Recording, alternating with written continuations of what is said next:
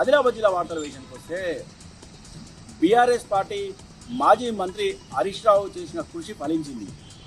Jordan దేశంలో గత సంవత్సర కాలంగా నరక యాతన అనుభవిస్తున్న బాధితులకు కాంగ్రెస్ ప్రభుత్వం కానీ బీజేపీ ప్రభుత్వం కానీ పట్టించుకున్నప్పటికీ బీఆర్ఎస్ పార్టీ అధినేత కేసీఆర్ ఆదేశం మేరకు మాజీ మంత్రి హరీష్ రావు తన సొంత ఖర్చులతో బాధితులను ఇండియాకు రప్పించారు. ఆ బాధితుల్లో నిర్మల్ జిల్లాకు చెందిన 2 బాధితులు కూడా ఉన్నారు. నిర్మల్ జిల్లా సోన్ మండలం కూచన్పల్లికి చెందిన ముత్యంతో పాటు కుంటాల మండల కేంద్రానికి చెందిన సయ్యద్ ముఖీం కూడా ఈ బాధితుల్లో ఉన్నారు. వారు క్షేమంగా వారి స్వగ్రామానికి ఇంటికి చేరుకున్నారు.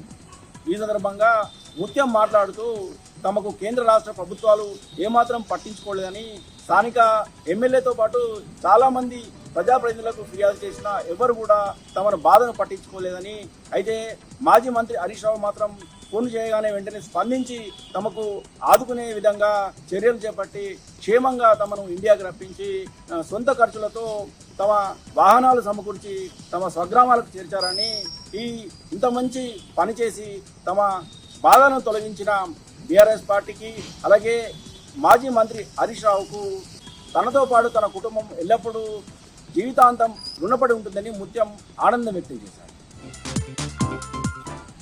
మరో వార్త విషయానికి వస్తే గత 2 రోజులుగా కురిసిన భారీ వర్షాల కారణంగా ఇటు ఆదిలాబాద్ జిల్లాలోను అటు నిర్మల్ జిల్లాలోనూ రైతులు తీవ్రంగా నష్టపోయారు. చేతికొచ్చిన పంట మరోసారి నేలపాలు కావడంతో రైతులు తీవ్ర ఆవేదన వ్యక్తం చేస్తున్నారు. బైన్సా పట్టణంలోని మార్కెట్ యార్డ్లో నిన్న సోయా పంటను మొక్కజొన్న పంటను అమ్మేందుకు తీసుకొచ్చిన రైతులు ఒక్కసారిగా షాక్ గురయ్యారు. వర్షం పడడంతో ఇటు మొక్కజొన్నతో పాటు ఆ సోయా పంట పూర్తిగా తడిసి ముద్దయింది. ఇటు ఆదిలాబాద్ జిల్లా ఇచ్చోడ మండలం అలాగే బోతులో కూడా సోయా పంట పూర్తిగా తడిసి ముద్దయింది.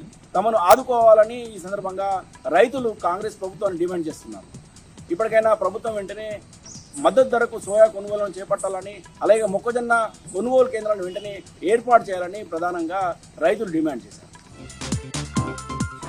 మరో వార్త విషయానికి వస్తే రైతాంగ సమస్యలను పట్టించుకోవడంలో కేంద్ర రాష్ట్ర ప్రభుత్వాలు పూర్తిగా విఫలమయ్యాయని బీఆర్ఎస్ పార్టీ జిల్లా అధ్యక్షుడు మాజీ మంత్రి జోగు రామన్న విమర్శించారు. పత్తి పంట పండించే రైతులను ఆదుకోవడంలో కేంద్ర రాష్ట్ర ప్రభుత్వాలు పూర్తిగా విఫలమయ్యాయని అలాగే స్థానిక బీజేపీకి చెందిన ఎంపీ అలాగే ఎమ్మెల్యేలు సైతము రైతాంగ సమస్యలను ఏమాత్రం పట్టించుకోవడం లేదని ఆరోపించారు. పత్తి పంట కొనుగోలు చేయడంలో కపాస్ యాప్పై కనీస అవగాహన కలిగించకుండా తొందరపాటుతో 27వ తేదీన కొనుగోలు కేంద్రాన్ని ప్రారంభించాల్సిన ప్రభుత్వము 2 రోజుల ముందుగానే అడవిడిగా కొనుగోలు కేంద్రాలను ఏర్పాటు చేయడం పట్ల మాజీ మంత్రి జోగు రామన్న ఆగ్రహం వ్యక్తం చేశారు. ఇప్పటికైనా కేంద్ర రాష్ట్ర ప్రభుత్వాలు పత్తి పంట కొనుగోలు చేసే విషయంలో కేంద్ర రాష్ట్ర ప్రభుత్వాలు పత్తి పంటకు మద్దతు ధర లభించే విధంగా చర్యలు చేపట్టాలని, తేమ శాతంతో సంబంధం లేకుండా పత్తి పంటను కొనుగోలు చేయాలని డిమాండ్ చేశారు.